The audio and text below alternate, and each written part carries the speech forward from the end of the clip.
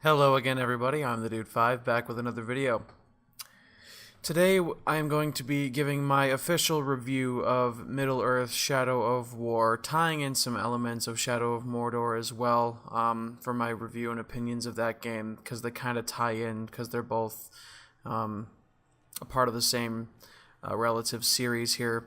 Really quick, before I do start talking and giving my opinion, in my review of the game, I am going to give those of you who have not yet played through either game or have not yet witnessed the end result of Shadow of War about 5 seconds to exit this video before I spoil anything for you. So spoiler alert: 5, 4, 3, 2, 1. Alright, you're on your own. So, just a little bit of background video here while I talk. So, overall, I'm going to give Middle-earth: Shadow of War about 4.5 stars. Very great game.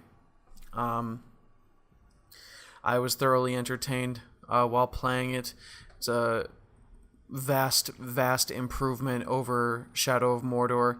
Shadow of Mordor was fun. It was a great start to this franchise.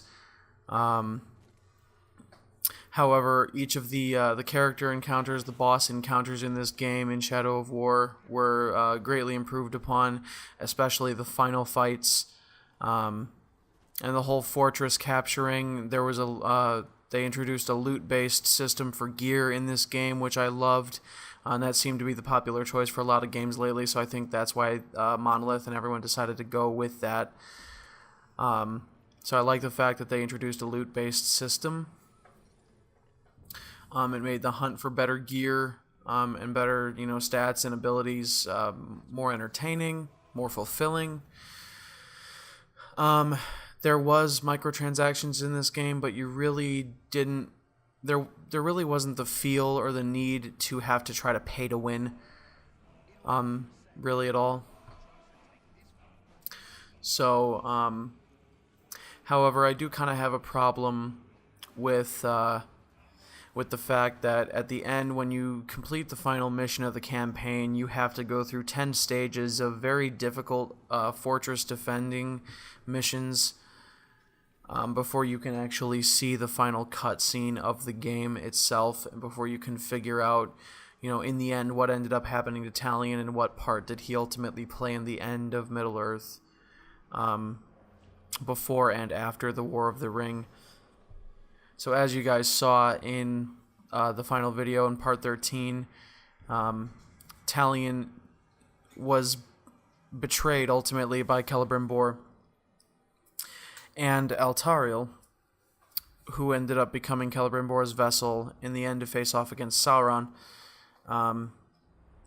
Celebrimbor, in dominating and trying to raise his own army to conquer Mordor and defeat Sauron, he ended up becoming a tyrant himself. And so that didn't hold well with Talion, and they ended up betraying him, and he ended up making the ultimate sacrifice and taking Isildur's ring that Sauron gave to him. He ended up releasing Talion from the curse of being a ring wraith, and he ended up taking on the mantle himself.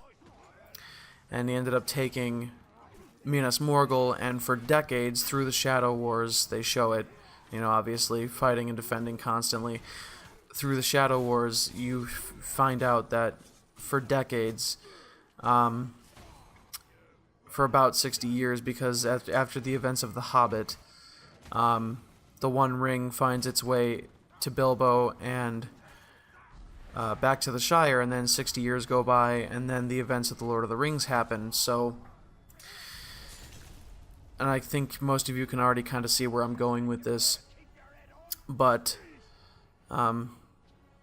basically Shadow of Mordor and Shadow of War are both, they're both very great games, very fun to play, but they're both, like Star Wars Rogue One, essentially giant plot hole fillers.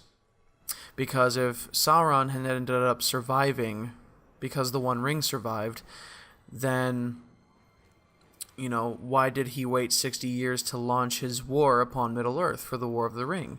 Well, because he was preoccupied after the events of The Hobbit, and for the next 60 years, trying to take out Talion and his forces because he had somebody preoccupying him in his own lands. So that's what Talion essentially did. He took Isildur's ring, released him from the curse of being a ring wraith, and he ended up keeping Sauron out of the fortresses of Middle-earth and kept Sauron preoccupied and his armies preoccupied for the better part of 60 years before, and this is what's covered in the link in the description of my Shadow of War series in part 13. The link in the description that I left in the last video is the ending cutscene where it shows Talion, and Shelob narrates saying how he defended the fortresses of Mordor for decades and managed to keep Sauron out, but eventually he ended up falling to the power of the necromantic ring, and he ended up falling and becoming a ring wraith and taking Isildur's place among the Nazgul. And so basically what ended up happening in that video is that's what ended up happening. And then after that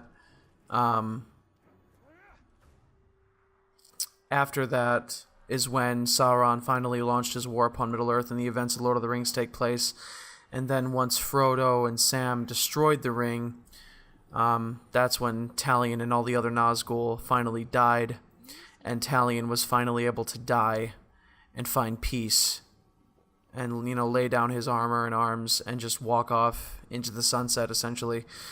So that's basically what happened in the final cutscene of this game. That's how the game ends. So Talion and all of these other Nazgul, they did have their part to play in the history of Middle-earth, just like Celebrimbor and just like Sauron. So it's interesting to find out and to see their story and how what part they took in the history of Middle-earth was very interesting, but also at the same time to force players to go through 10 stages of rigorous attack and defense missions that only get more and more difficult just so they can see the final cutscene, I think is a little redundant and stupid. It gives people an excuse to keep playing the game after the end of the campaign, no doubt, but it's very redundant, it's very arduous, it's very stupid. I don't like that. However, I did thoroughly enjoy the final boss battles of this game. They were vastly improved over Shadow of Mordor. Like I said, the fight against the tower in Shadow of Mordor was very simple and straightforward and not much of a challenge. You basically just had to keep sneaking up behind him and stealth draining him. And then the final fight against the Black Hand was basically just a button prompt cutscene. It wasn't a boss fight at all, and that pissed me off, and I'm sure it pissed off a lot of other people. And you don't really get to fight against Sauron in a boss fight in Shadow of Mordor until the I think it was one of the DLC packs that they released for Shadow of Mordor, where you get to play as Celebrimbor. It wasn't Lord of the Hunt, I believe. It was Lord of Mordor or something like that. The DLC where you get to play as Celebrimbor, and then you actually take part in Celebrimbor's final battle against Sauron when he tried taking the One Ring for his own. Is really the only time in Shadow of Mordor you get to fight against Sauron, but this finally was a video game and a campaign and a story that finally led up to fighting against Sauron toe-to-toe, and that was great. It looked beautiful. It was well done. The fight was fun. I liked it. I liked it a lot. This game was a vast improvement over Shadow of Mordor, and I enjoyed playing this game more than Shadow of Mordor by far. And so that's essentially it. I give this game about a 4.5 stars out of 5. I thoroughly enjoyed it. It's a great game. I highly recommend picking it up. As far as flaws, basically, yeah, it was just the whole Shadow Wars aspect of this game. Just to see the final cutscene is really, I think, one of the biggest main flaws, and really, I think, the only flaw in this game. But the abilities are fun, and there's a wide variety of them.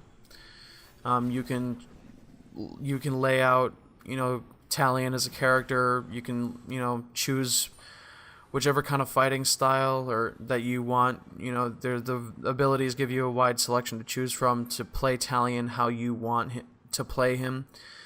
The gear sets and all the different gear and loot you can find for Talion also adds a wide variety of ways that you can play the character. There is a bit of replay value to the game in Shadow Wars and also in online fight pits and online fortress conquering and stuff like that. So there is online multiplayer to this game. So there's a bit of replayability, and also there's side stuff and collectibles that you can take. And now there is also the Blade of Galadriel DLC pack and story that they recently released, and I'll be covering that as soon as I possibly can, possibly alongside my LEGO Marvel Super Heroes 2 series is probably when I'll also kind of be recording the Blade of Galadriel on the side and then uploading that as often as I can. But this is my review of Shadow of War. This is the end of my Shadow of War series. It will continue with the Blade of Galadriel DLC very briefly, but that's about it for this series, guys, and I'm going to move on to my other games. Next up, I'm going to be covering LEGO Marvel Super Heroes 2. That's going to be a pretty long series. I'm gonna do as many videos as I can, as often as I can with that series, because it's a LEGO game and there's gonna be a lot of collectibles and we have to play through the game first. So that's gonna be another long series, and I'm looking forward to covering it on my channel for you guys to enjoy. So I want to thank everyone so much for watching. My name has been I'm the Dude 5. Please subscribe to my channel, like this video as well as any others of mine that you may enjoy, including the one I provide on screen. Be sure to turn on the bell icon for notifications of content as I upload it. Also, check out my friend Night the Wolf on YouTube. I'll provide a link on screen to his channel as well. Be sure to check him out, like, and subscribe. I'm trying to grow my channel as much as I can, guys, so bear with me. The more you guys view and subscribe and like my videos and comment, the better it helps me out. I'm still very small time, but hopefully in the future that will change. Thanks again all so much for watching. As always, stay classy. I will see you all out there on our many great adventures. Bye-bye, everybody.